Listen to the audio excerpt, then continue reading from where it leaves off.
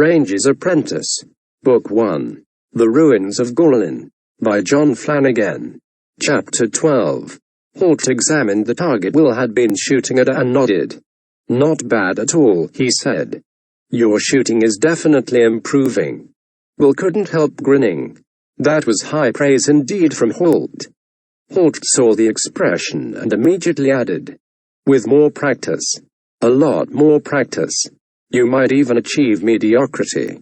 Will wasn't absolutely sure what mediocrity was, but he sensed it wasn't good. The grin faded and Holt dismissed the subject with a wave of his hand. "That's enough shooting for now. Let's go," he said, and then set off, striding down a narrow path through the forest. "Where are we going?" Will asked, half running to keep up with the ranger's longer strides. Holt looked up at the trees above him. "Why does this boy ask so many questions?" he asked the trees. Naturally, they didn't answer. They walked for an hour before they came to a small collection of buildings buried deep in the forest. Will was aching to ask more questions, but he'd learned by now that Holt wasn't going to answer them, so he held his tongue and bided his time. Sooner or later, he knew he'd learn why they'd come here. Holt led the way up to the largest of the ramshackle huts, then stopped, signaling for Will to do likewise. "Hullo, old Bob," he called. Will heard someone moving inside the hut, then a wrinkled, bent figure appeared in the doorway. His beard was long and matted and a dirty white color. He was almost completely bald. As he moved toward them, grinning and nodding a greeting to Holt, Will caught his breath. Old Bob smelled like a stable, and a none too clean one at that. "Morning to you, Ranger," said old Bob. "Who's this you've brung to see me?" He looked keenly at Will. The eyes were bright and very alert despite his dirty, unkempt appearance. "This is Will, my new apprentice," said Holt. "Well, this is old Bob." "Good morning, sir," said Will politely. The old man cackled. "Calls me sir. Hear that, Ranger? He calls me sir. Make a fine ranger, this one will." Will smiled at him. Dirty as he might be, there was something likable about old Bob. Perhaps it was the fact that he seemed to be in no way overawed by Holt. Will couldn't remember seeing anyone speaking to the grim-faced ranger in quite this familiar tone before. Holt grunted impatiently. "Are they ready?" he asked. The old man cackled again and nodded several times. "Ready they are indeed," he said. "Step this way and see them." He led them to the back of the hut where a small paddock was fenced off. At the far side there was a lean-to shed. Just a roof and supporting posts. No walls. Old Bob let out a piercing whistle that made Will jump. "There they are, see," he said, pointing to the lean-to. Will looked and saw two small horses trotting across the yard to greet the old man. As they came closer, he realized that one was a horse, the other was a pony. But both were small, shaggy animals, nothing like the fierce, sleek battle horses that the Baron and his knights rode to war. The larger of the two trotted immediately to Holt's side. He patted its neck and handed it an apple from a bin close by the fence. The horse crunched it gratefully. Holt leaned forward and said a few words into its ear.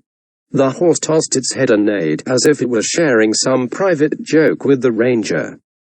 The pony waited by old Bob until he had given it an apple to crunch as well. Then it turned one large, intelligent eye on Will. "This one's called Tug," said the old man. "He looks about your size, don't he?" He passed the rope bridle to Will, who took it and looked into the horse's eyes. He was a shaggy little beast. His legs were short but sturdy. His body was barrel-shaped. His mane and tail were ragged and unbrushed. All in all, as horses went, he wasn't a very impressive sight, thought Will. He'd always dreamt of the horse he would one day ride into battle. In those dreams, the horse was tall and majestic. It was fierce and jet black, combed and brushed until it shone like black armor. This horse almost seemed to sense what he was thinking and butted its head gently against his shoulder. "I may not be very big," its eyes seemed to say, "but I might just surprise you." "Well," said Holt, "what do you think of him?" He was fondling the other horse's soft nose. They were obviously old friends. Will hesitated. He didn't want to offend anyone. "He's sort of small," he said finally. "So are you," Holt pointed out. Will couldn't think of an answer to that. Old Bob wheezed with laughter. "He ain't no battle horse, he, boy?" he asked. "Well, no, he isn't," Will said awkwardly. He liked Bob and he felt any criticism of the pony might be taken personally. But old Bob simply laughed again. "But he'll run any of those fine fancy-looking battle horses into the ground," he said proudly. "He's a strong hun, this hun. He'll keep going all day long after them fancy horses have laid down and died."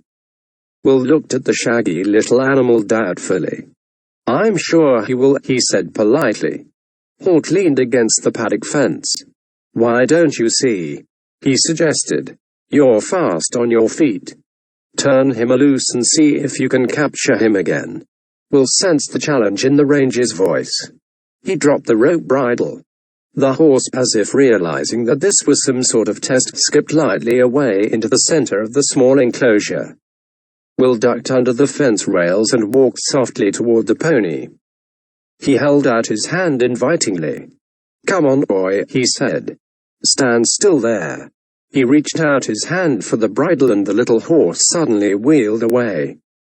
It shied to one side, then the other, then sidestepped neatly around Will and danced backward out of reach. He tried again. Again, the horse evaded him easily. Will was beginning to feel foolish. He advanced on the horse and it backed away, moving closer and closer to one of the corners. Then, just when Will thought he had it, it nimbly danced to one side and was away again. Will lost his temper now and ran after it. The horse whinnied in amusement and romped easily out of his reach. It was enjoying this game. And so it went. Will would approach the horse, would duck and dodge and escape. Even in the close confines of the small paddock, he couldn't catch it. He stopped.